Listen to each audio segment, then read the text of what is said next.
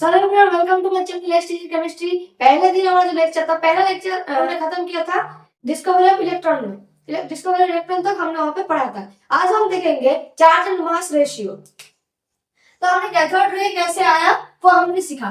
Then experiment हुआ था जहां पे क्या किया गया था कि जेडएनएस का जो प्लेट है उसको रखा गया था और जेडएनएस प्लेट के ऊपर जो कैथोड रे है उसको कैथोड रे भेजा गया था। जब कैथोड रे पास कर रहे थे और फिर कैथोड रे को फ्लो किया गया। जब कैथोड रे फ्लो हो रहा था तब देखा गया कि जो रे है उसका डिफ्लेक्शन हो रहा है।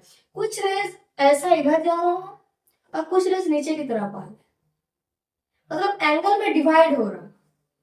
ठीक है, कुछ रे इधर जा रहा है, कुछ रे इधर आ रहा है। ठीक है, जेडएनएस। तो ये कैसे हमको पता चला कि जेडएनएस जो है जिंक सल्फाइड वो क्या करता है कि ये जो लाइट मतलब रे जो होता है उसको कैच करके फेंकता है। तो जब इस कैथोड रे को यहाँ पे भेजा गया, इस प्लेट की तरफ भेजा गया इस कैथोड रे को, तब देखा गया कि इधर भी ग्लो कर रहा है, इधर भी ग्लो कर रहा है, कुछ रे इधर आ रहा है, मतलब इधर भी ग्लो कर रहा है। ये तीन जगह पे ग्लो होता हुआ देखा गया।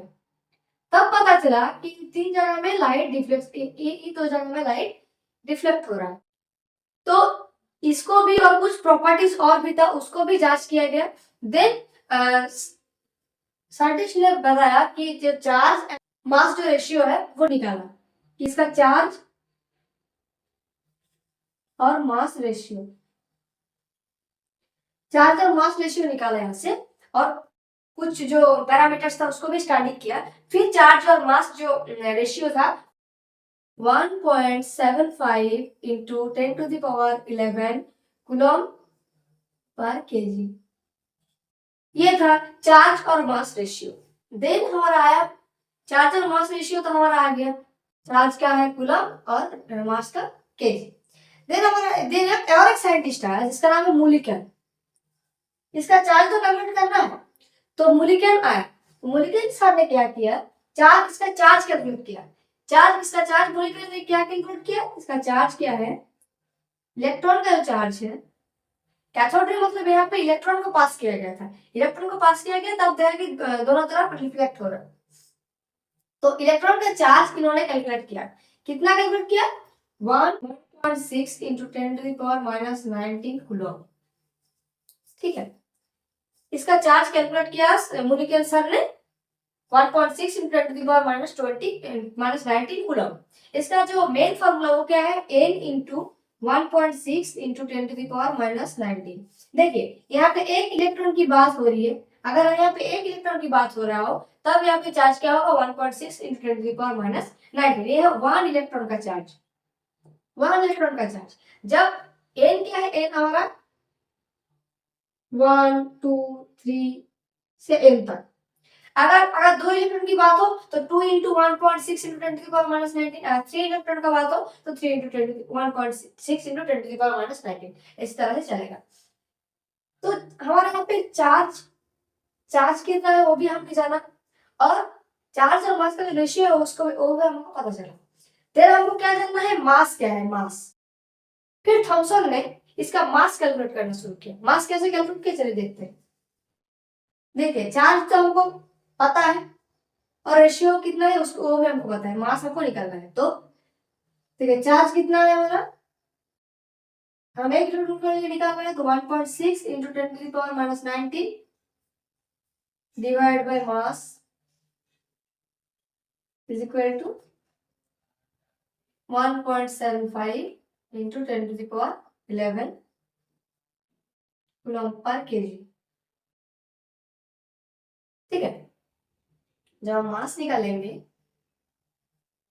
तब 1.6 into 10⁻19 coulomb divided by 1.75 into 10⁻11 coulomb पर केजी। इसको जब हम कैलकुलेट करेंगे तब हमारा आएगा यहाँ पे मास लगभग आएगा 9.1 इंटू 10⁻31 केजी। तो मास, एक इलेक्ट्रॉन का मास आएगा हमारा 9.1 इंटू 10⁻31 केजी। यह है मास। यहाँ पे हम कैलकुलेट क्या क्या कर लिया, चार्ज मास का रेशियो कैलकुलेट किया, देन चार्ज कैलकुलेट किया, देन मास कैलकुलेट किया।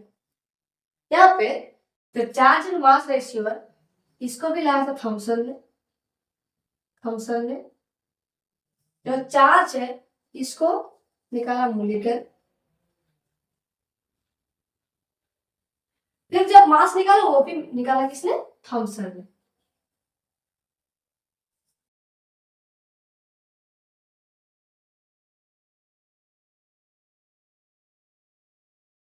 पूरा जो थ्योरी था ज्यादा से ज्यादा योगदान किसका था, थॉमसन का ही था। सिर्फ नाम दिया था स्टोनले ने, और ये चार्ज, इसका कॉन्सेप्ट चार्ज कितना है वो निकाला था मोलिकल ने। बाकी सबके सब काम थॉमसन अकेले किया था। ओके, यहाँ तक तो ठीक है।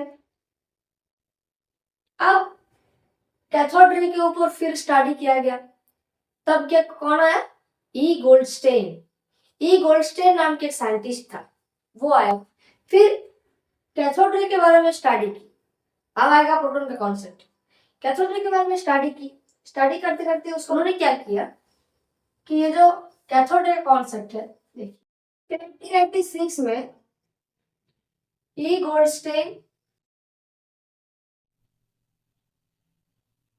गोल्डस्टेन आया।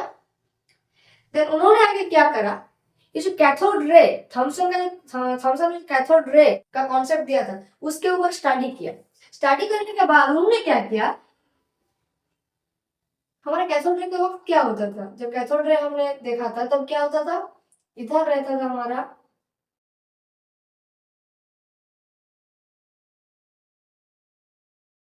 देखो इधर रहता था हमारा कैथोड, इधर रहता था हमारा एनोड। ये एनोड था, ये कैथोड था। यहाँ पे वोल्टेज था, हाई वोल्टेज, लगभग 10,000 वोल्ट, इतना लगभग 10,000 वोल्ट था। इतना वोल्ट का करंट जब पास करा जाता था तब क्या किया, क्या होता था, इधर से कैथोड से रे, कुछ रे एनोड की तरफ जाते हुए देखा गया, तब इसको क्या बोला गया कि ये कैथोड रे है। ठीक है, इसका ही उल्टा काम उन्होंने किया। उन्होंने क्या किया, ऐसा ही एक ट्यूब लिया, ऐसा एक ट्यूब था उनके पास, और उन्होंने क्या किया, इसको इसका ऑपोजिट वर्क किया। उन्होंने क्या करा,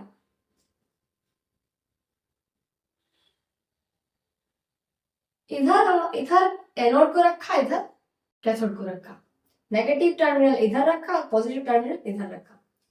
तो इधर हमारा रहा एनोड और इधर रखा कैथोड।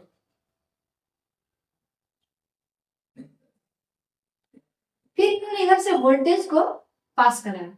जब वोल्टेज इधर से दिया तब क्या देखा गया कि जो करंट है ये एनोड से कैथोड की तरफ जा रहा है।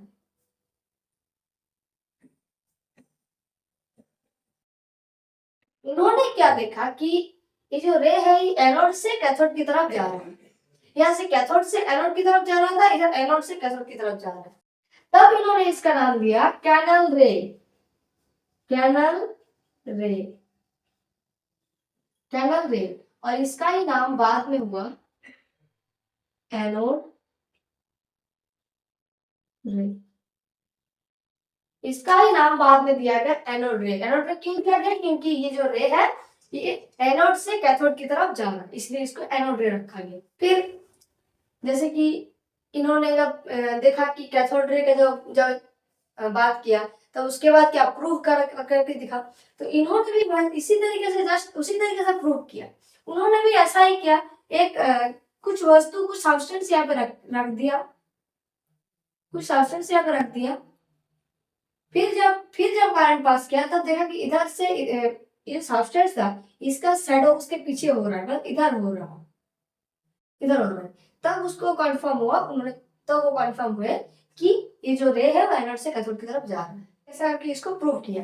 जब इसका शैडो, जब इस सब्सटेंस का शैडो उसके पीछे हो रहा है, यहाँ हो रहा है, तब उनको पता चला कि एनोड से कैथोड की तरफ जा रहा है, कन्फर्म कर दिया गया।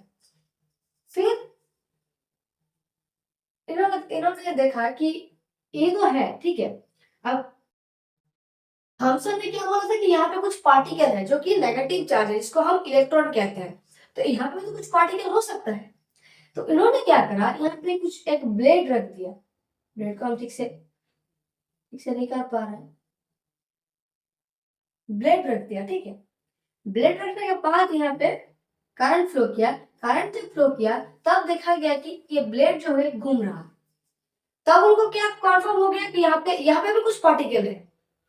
अब वो पार्टिकल पॉजिटिव चार्ज है नेगेटिव चार्ज, उसका चार्ज क्या है वही देखने के लिए फिर और एक एक्सपेरिमेंट करा।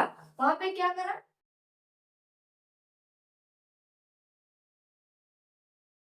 पॉजिटिव चार्ज, यहाँ पे नेगेटिव चार्ज।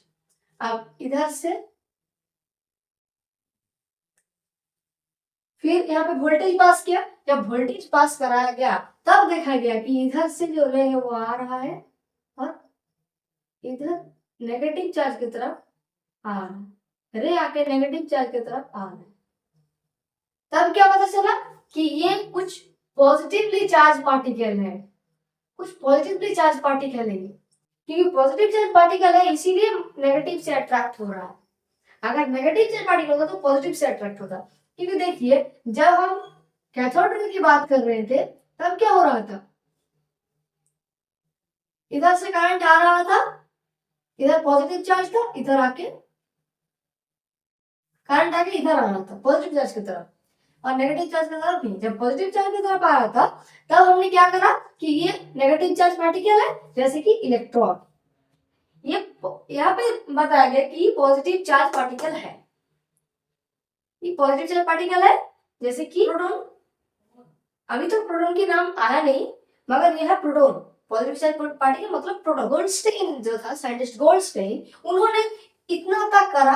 इन्होंने करने के बाद उन्होंने छोड़ दिया। उन्होंने इतना तक बताया कि जो पार्टिकल है वो पॉजिटिव चार्ज पार्टिकल है, क्योंकि जो रे है एनोड रे नेगेटिव चार्ज की तरफ आता है। तब उन्होंने फिर बाद में उन्होंने कुछ नहीं बताया। देन आया रदरफोर्ड आके उन्होंने डिस्कवर किया प्रोटॉन। उन्होंने डिस्कवर किया ये जो प्लस चार्ज पार्टिकल है ये है 1919 में अर्नेस्ट रदरफोर्ड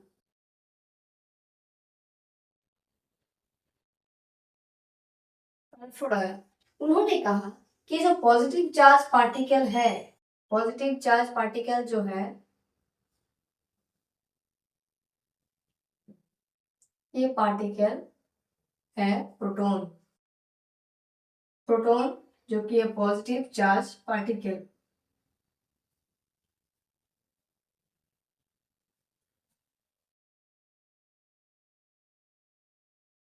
जिसको हम लोग क्या P+ से डिनोट करते हैं।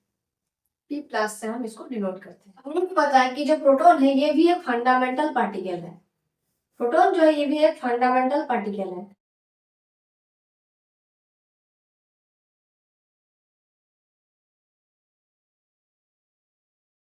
फंडामेंटल पार्टिकल है। इलेक्ट्रॉन जैसे कि फंडामेंटल पार्टिकल है, प्रोटॉन भी फंडामेंटल पार्टिकल है। मतलब एक एटम में जितना जितना नंबर ऑफ इलेक्ट्रॉन रहता है उतना नंबर ऑफ प्रोटॉन रहता है। एक एटम में जितना नंबर ऑफ इलेक्ट्रॉन रहता है बाहर, उतना नंबर ऑफ प्रोटॉन अंदर रहता है, और उसका मास भी सेम होता है। ठीक है, उसका मास भी सेम होता है। ठीक है, आज का वीडियो यही था। आज हमने देखा कि कैसे प्रोटॉन का डिस्कवरी हुआ, रदरफोर्ड ने कैसे प्रोटॉन का डिस्कवरी किया। इतना जितना बोला उतना अच्छे से पढ़ो, और तब तक के लिए बाय बाय। जय हिंद, जय भारत, धन्यवाद।